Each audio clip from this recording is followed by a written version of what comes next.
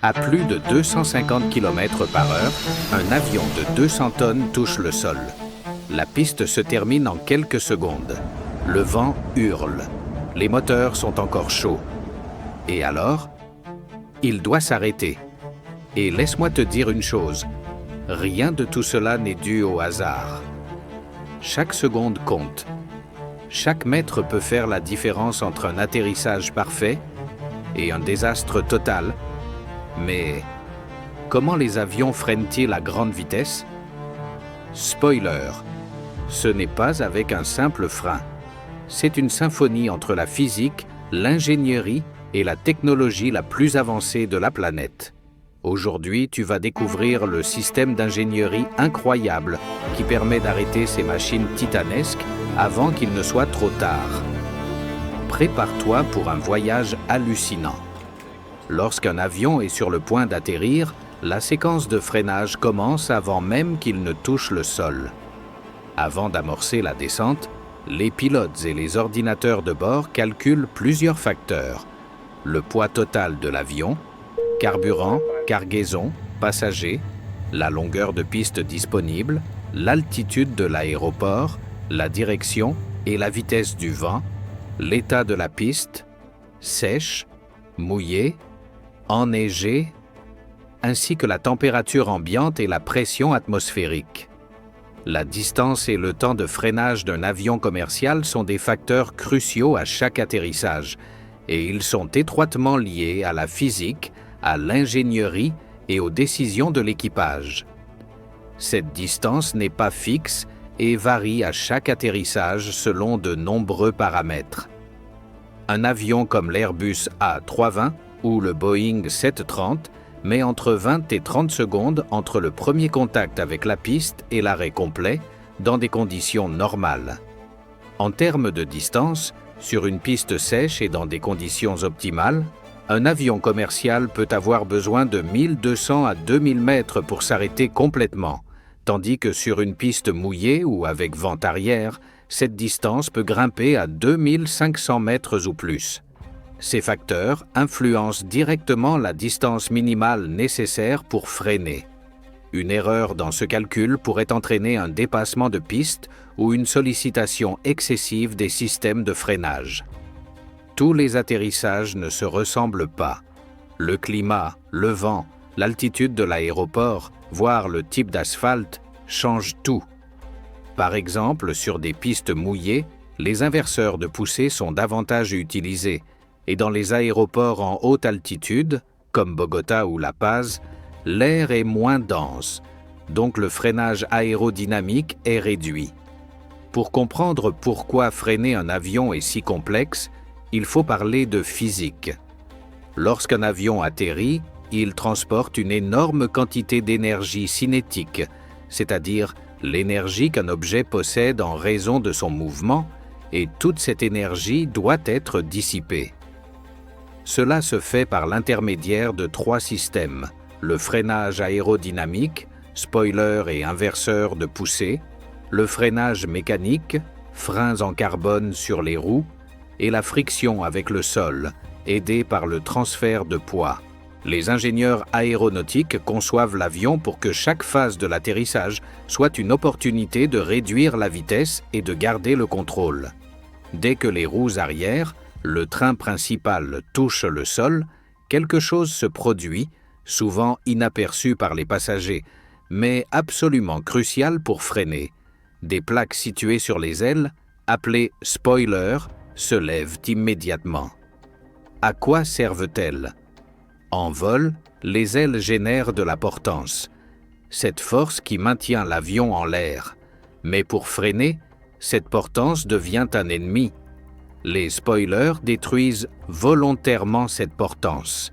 Ils perturbent le flux d'air au-dessus des ailes et forcent l'avion à s'écraser davantage contre la piste. Cela provoque un transfert rapide du poids de l'avion vers les roues, améliorant la friction et augmentant la capacité de freinage.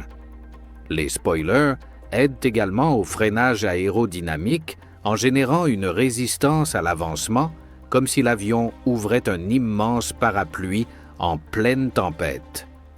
Les spoilers sont contrôlés par le système de commande de vol et s'activent généralement automatiquement en mode atterrissage, bien que le pilote puisse les armer manuellement si nécessaire.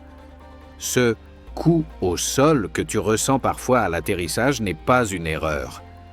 Pas d'inquiétude, nous avons tous eu peur au moins une fois. Cela fait partie du design. Plus l'avion est en contact avec le sol, plus le poids repose sur les roues et plus le freinage est efficace. Passons maintenant à l'une des manœuvres les plus géniales de l'aviation. Juste après l'atterrissage, un grondement étrange se fait entendre dans la cabine, comme si les moteurs accéléraient, mais sans redécoller. C'est parce qu'ils font quelque chose de contre-intuitif. Ils poussent dans le sens inverse. Les avions sont équipés d'un système appelé inverseur de poussée qui redirige l'air normalement expulsé vers l'arrière, vers l'avant. Sur les moteurs, notamment les turboréacteurs à double flux, des trappes ou capots déflecteurs se déploient et détournent le flux d'air vers l'avant. Cela génère une poussée négative qui s'oppose au mouvement de l'avion et le ralentit activement. Il est important de préciser que les moteurs ne tournent pas à l'envers. Il dévient simplement le flux d'air à l'aide de trappes ou de grilles qui s'ouvrent sur les turbines. Ce système peut réduire considérablement la vitesse de l'avion, notamment sur les pistes courtes ou glissantes. Mais attention, tous les atterrissages n'utilisent pas les inverseurs de poussée. Sur certaines pistes longues ou en conditions sèches, les pilotes et compagnies aériennes préfèrent ne pas les activer afin de limiter l'usure et économiser sur la maintenance. Malgré tout, lorsqu'ils sont activés, l'effet est immédiat. L'avion ralentit comme si une force invisible le tirait en arrière. Nous entrons maintenant dans la phase la plus intense et la plus puissante du processus de freinage. Les freins à disque en carbone du train d'atterrissage. Imagine ceci. Les roues de l'avion ne tournent pas pendant le vol. Et soudain, en une fraction de seconde, elles doivent passer de 0 à 250 km/h au moment où elles touchent le sol. Et dès qu'elles le font, elles commencent à freiner et les freins traditionnels entrent en action. Lorsqu'ils s'activent, une friction brutale se produit entre les disques fixes et rotatifs, transformant l'énergie cinétique en chaleur. L'avion ralentit en quelques secondes, au prix de températures extrêmement élevées. Les freins d'un avion peuvent atteindre des températures allant jusqu'à 1200 degrés Celsius. C'est pourquoi tu vois souvent de la fumée sortir du train d'atterrissage après l'atterrissage. C'est la physique en action. Ces freins sont contrôlés par un système électronique appelé Brake Control System, BCS, qui calcule la pression hydraulique appropriée, empêche les roues de se bloquer, fonction similaire à l'ABS, et répartit le freinage entre plusieurs roues pour assurer une meilleure stabilité. Ces freins sont faits de disques en carbone-carbone, un matériau également utilisé dans les fusées spatiales et en Formule 1. Ils sont ultra résistants, légers et supportent une friction intense sans perdre en efficacité. Lors d'un freinage intense, les roues pourraient se bloquer, comme dans une voiture sans ABS. Pour éviter cela, il existe le système anti-dérapage, anti-skid, intégré au système de freinage et capable de réagir en quelques millisecondes. Ce système détecte si une roue perd de l'adhérence ou est sur le point de se bloquer. Il agit via des capteurs sur chaque roue en réduisant momentanément la pression de freinage pour éviter qu'elle ne glisse ou ne dérape sur la piste. Cela maintient le contrôle directionnel et améliore l'efficacité du freinage, ce qui est essentiel dans des conditions glissantes ou de faible visibilité. Mais tous les freins ne sont pas électriques. Savais-tu qu'il existe des freins automatiques et des freins manuels? Les autobrakes sont un système de freinage automatisé qui permet à l'avion d'appliquer les freins de manière contrôlée et progressive sans que le pilote n'ait à appuyer manuellement sur les pédales. Les autobrakes fonctionnent par modulation hydraulique. Le système applique une pression contrôlée au frein des roues juste après le toucher de piste. L'intensité et la vitesse du freinage, qui sont automatiques et constants, avec le freinage manuel, le pilote contrôle en temps réel la pression et la durée du freinage. Tous ces systèmes sont conçus pour fonctionner ensemble, comme un mécanisme d'horlogerie. Si l'un d'eux échoue, les autres doivent compenser. Mais le système le plus important reste l'humain.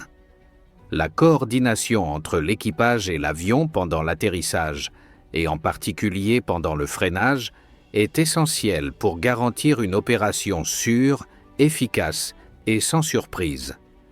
La coordination équipage-avion signifie que le pilote et le copilote ne se contentent pas de piloter l'avion, mais maintiennent une communication constante avec les systèmes automatisés pour vérifier que tout fonctionne correctement, intervenir manuellement si nécessaire, anticiper les scénarios et prendre des décisions en temps réel.